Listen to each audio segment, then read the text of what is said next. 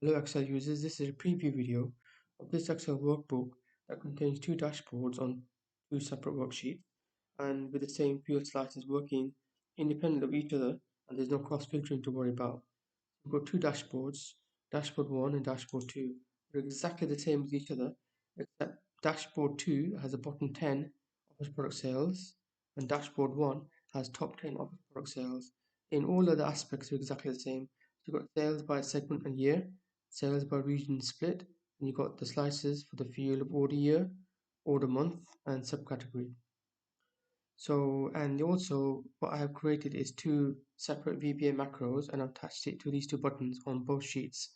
This button here clears all the sheet slices for the active worksheet and doesn't affect any other worksheet. And this button here clears the slices on all worksheets.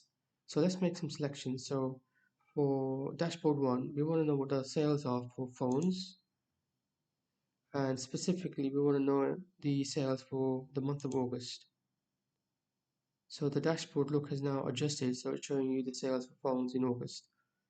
So subcategory and order month are the only slices that we've made a selection under. Going to dashboard 2, you see there's no cross filtering, so that subcategory field for the slice has not been altered and the order month's not been altered either. It's still the same, nothing being filtered. Now let's choose the same filter for subcategory for phones. And for order month, this time we want it for the month of December.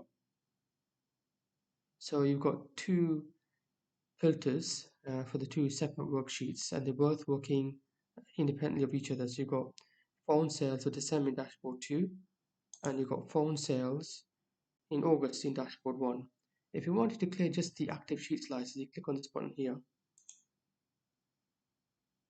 So this is all been cleared for dashboard 1 and it's not affected dashboard 2. So dashboard 2, the slicer filter has remained as it is.